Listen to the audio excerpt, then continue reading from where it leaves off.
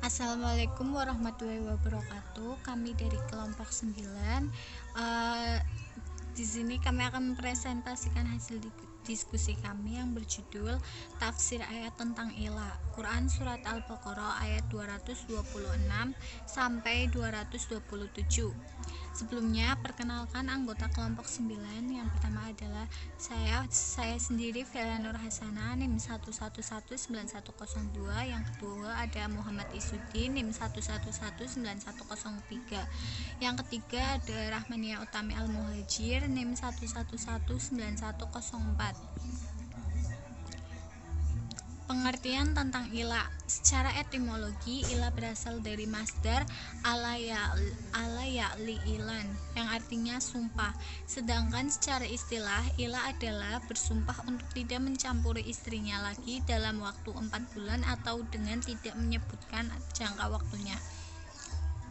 Atau mengatakan bahwa ilah berarti sumpah dengan nama Allah untuk tidak mencampuri istrinya selama 4 bulan atau lebih. Jika tidak diiringi dengan sumpah, maka tidak dikatakan ilah. Menurut Nahal, jika suami memurkai, mencelakai, dan mengharamkan istrinya atau tidak lagi hidup bersama, maka yang demikian itu telah termasuk ilah. Yang kedua, kedudukan hukum ilah dalam Islam.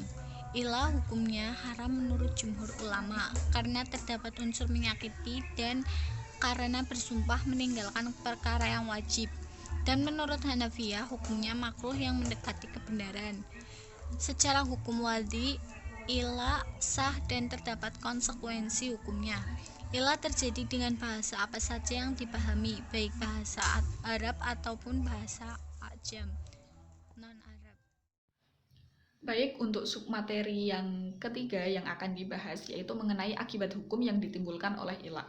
Apabila seorang suami bersumpah tidak akan menggauli istrinya dalam suatu masa, jika masanya kurang dari 4 bulan, maka pihak suami harus menunggu sampai masanya habis, baru boleh menggaulinya lagi.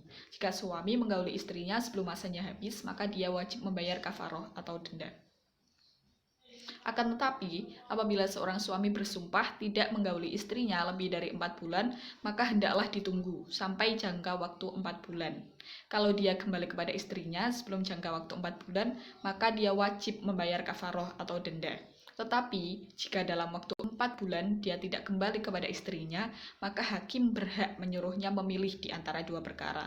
Yang pertama yaitu membayar kafaroh serta kembali bergaul dengan istrinya. Adapun untuk yang kedua, yakni jika suami tidak mau melakukannya, maka hakim berhak menceraikan mereka dengan paksa dengan status talak raj'i, talak yang boleh dirujuk menurut jumhur ulama. Adapun menurut ulama Hanafiyah mengkategorikannya sebagai talak bain atau talak 3 dengan sendirinya apabila sudah lewat 4 bulan, sedang suami tidak menggauli istrinya setelah ilah. Untuk submateri yang keempat, yakni tafsir ayat tentang ilah, yakni pada Al-Quran surat Al-Baqarah ayat 226 sampai 227. Bunyinya yakni A'udzubillahi minasyaitonirrajim. Bismillahirrahmanirrahim. Lilladzina yu'luna min nisaihim tarabbusu arba'ati ashhurin fa in fa'u fa innallaha ghafurur rahim. Wa in azamut talaqu fa innallaha sami'un alim. Shadaqallahul azim. Terjemahannya, kepada orang-orang yang mengilah istrinya diberi tangguh 4 bulan lamanya. Kemudian jika mereka kembali kepada istrinya, maka sesungguhnya Allah mengampuni, maka sesungguhnya Allah Maha Pengampun lagi Maha Penyayang. Dan jika mereka berazam bertetap hati untuk talak, maka sesungguhnya Allah Maha Mendengar lagi Maha Mengetahui. Selanjutnya, tafsir ayat surat Al-Baqarah ayat 226 sampai 227. Dalam tafsir Al-Muyasyar yang dibuat oleh Kementerian Agama Saudi Arabia dituliskan bahwa orang-orang yang bersumpah untuk tidak menggauli istrinya memiliki tekad waktu tidak lebih dari 4 bulan. Dimulai sejak mereka mengucapkan sumpah lebih dari 4 bulan, dimulai sejak mereka mengucapkan sumpah, inilah yang disebut dengan ilah.